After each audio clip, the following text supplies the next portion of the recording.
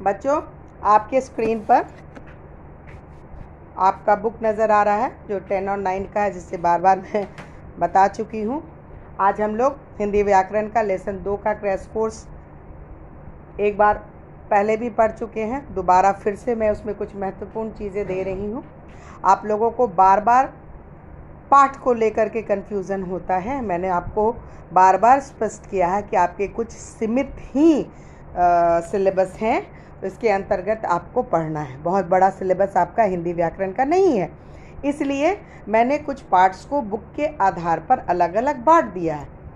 और जो आपके बुक में 6 नंबर पर है पार्ट, उसे मैंने 2 नंबर पर उपसर्ग और प्रत्यय के रूप में पढ़ाया है।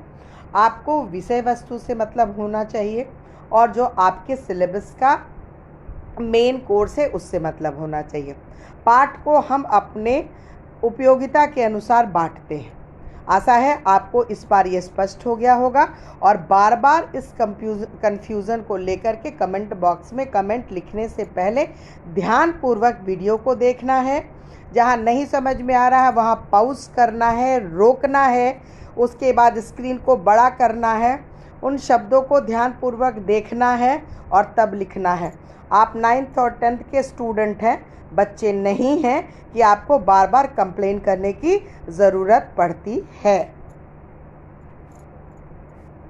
उपसर्ग और प्रत्यय ये आपका लेसन है जो पाठ 2 के अंतर्गत मैं पढ़ा रही हूँ, पर आपके बुक में ये लेसन 6 के रूप में मेंशन है।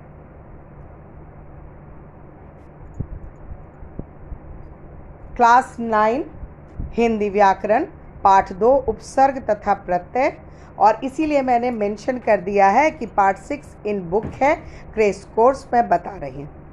जो शब्दांत शब्द में पूर्व में जुड़कर उसमें नई विशेषता उत्पन्न करता है और उसके अर्थ को बदल देता है, वो उपसर्ग कहलाता है। उपसर्ग 3 प्रकार के होते हैं: संस्कृत के उपसर्ग, हिंदी के उपसर्ग और उर्दू के उपसर्ग। संस्कृत के उपसर्ग उसको कहते हैं जो हूबहू हिंदी संस्कृत से आते हैं और उसमें कोई परिवर्तन नहीं होता है। हिंदी के उपसर्ग वो होते हैं जिसमें कुछ परिवर्तन हो जाते हैं।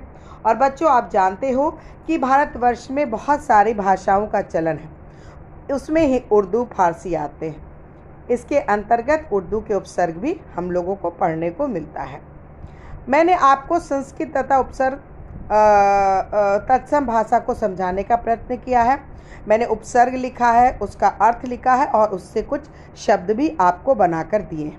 जैसे इसका अर्थ होता है नहीं, अधर्म अनाथ शब्द बना है, अन्न से प्रभाव, अनादि, अनेक ये शब्द बने हैं। तद्भव तथा हिंदी भाषा के उपसर्ग, इसके अंतर्गत मैंने कुछ शब्द और उसके अर्थ आपको दिए हैं। इसके अलावा आगत अथवा अरबी फारसी के उपसर्ग भी मैंने दिए। आगत स्वर, आगत शब्द वो होता है बच्चों जो दूसरी भाषा से हमारी भाषा में आया है। ज़्यादातर इसका प्रचलन अंग्रेजी भाषा के लिए होता है और आप सब इसे पढ़ भी चुके हो, इसलिए मुझे नहीं लगता है कि आपको इसमें किसी भी तरह की कोई दिक्कत होगी। उपसर्ग पर यहाँ पर मैंने चीफ लिखा है, हेड लिखा है, उसका अर्थ भी मैंने लिखा है और उसके अलावा मैंने शब्द भी बनाए हैं। बच्चों, प्रत्यय, अब हम लोग उपसर्ग के बाद प्रत्यय पर आते हैं। वह शब्द जो अंत में जुड़कर अर्थ में परिवर्तन लाता है उसे प्रत्यय कहते हैं। और बच्चों, प्रत्यय 2 प्रकार के होते हैं: कृत प्रत्यय और तद्धित प्रत्यय। कृत प्रत्यय क्रिया के धातु रूप में लगता है। इसके प्रयोग से संज्ञा तथा विशेषण शब्दों का निर्माण होता है। कृत प्रत्यय 5 प्रकार के होते हैं: कृतवाचक, क्रमवाचक, करणवाचक, भाववाचक और क्रियावाचक। कृत प्रत्यय बनने वाले शब्दों को कृदंत भी कहा जाता है, इसलिए मैंने इसे भी आपके लिए स्पष्ट कर दिया है। तद्धित प्रत्यय धातु को छोड़कर संज्ञा, सर्वनाम तथा अव्यय के बाद लगाए जाते हैं। तद्धित प्रत्यय 8 प्रकार के होते हैं: कृतवाचक, क्रमवाचक, भाववाचक, संबंधवाचक, लघुतावाचक, गुणवाचक, स्त्रीलिंगवाचक और बहुवचनवाचक। कुछ प्रमुख कृत प्रत्यय मैंने आपके लिए लिखा है, जैसे अक्कड़ तो पियक्कड़, अन तो चिंतन, मरण इत्यादि। यहाँ पे प्रत्यय मैंने आ लिखा है तो कहार, या यानी खटिया, उपसर्ग एवं प्रत्यय के संयुक्त प्रयोग से निर्मित कुछ शब्द भी मैंने यहाँ बनाए हैं। स्वतंत्रता यानी स्वतंत्रता, दुर्बलता यानी दुर्बलता, अमानवता यानी अमानवीय, वैज्ञानिक यानी वैज्ञानिक। कक्षा 9 में हिंदी व्याकरण कैश कोर्स है, उपसर्ग तथा प्रत्यय। अब आपके लिए कुछ प्रश्न हैं, कुछ के उत्तर भी हो सकते हैं, अगर नहीं है तो इसके उत्तर आपको लिखने हैं। उपसर्ग की परिभाषा देते हुए उसके 3 उदाहरण दीजिए। प्रत्यय किसे कहते हैं, उदाहरण सहित लिखिए।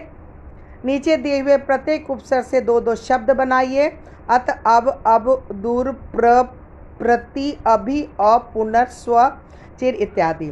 कृत प्रत्यय के 4 उदाहरण दीजिए। निम्नलिखित शब्दों से प्रत्यय अलग करते हुए उसके मूल शब्दों को लिखिए। भिक्षुक, देनदार, पाठक, त्यागी, खाना, धमकी, झगड़ालू, सजावट, रसीला। निम्नलिखित शब्दों से उपसर्ग प्रत्यय छाट कर लिखिए। लड़कपन, पहाड़ी, लाइलाज, अछूत, गुलाबी, सपूत, आगमन, प्रबल, उत्थान।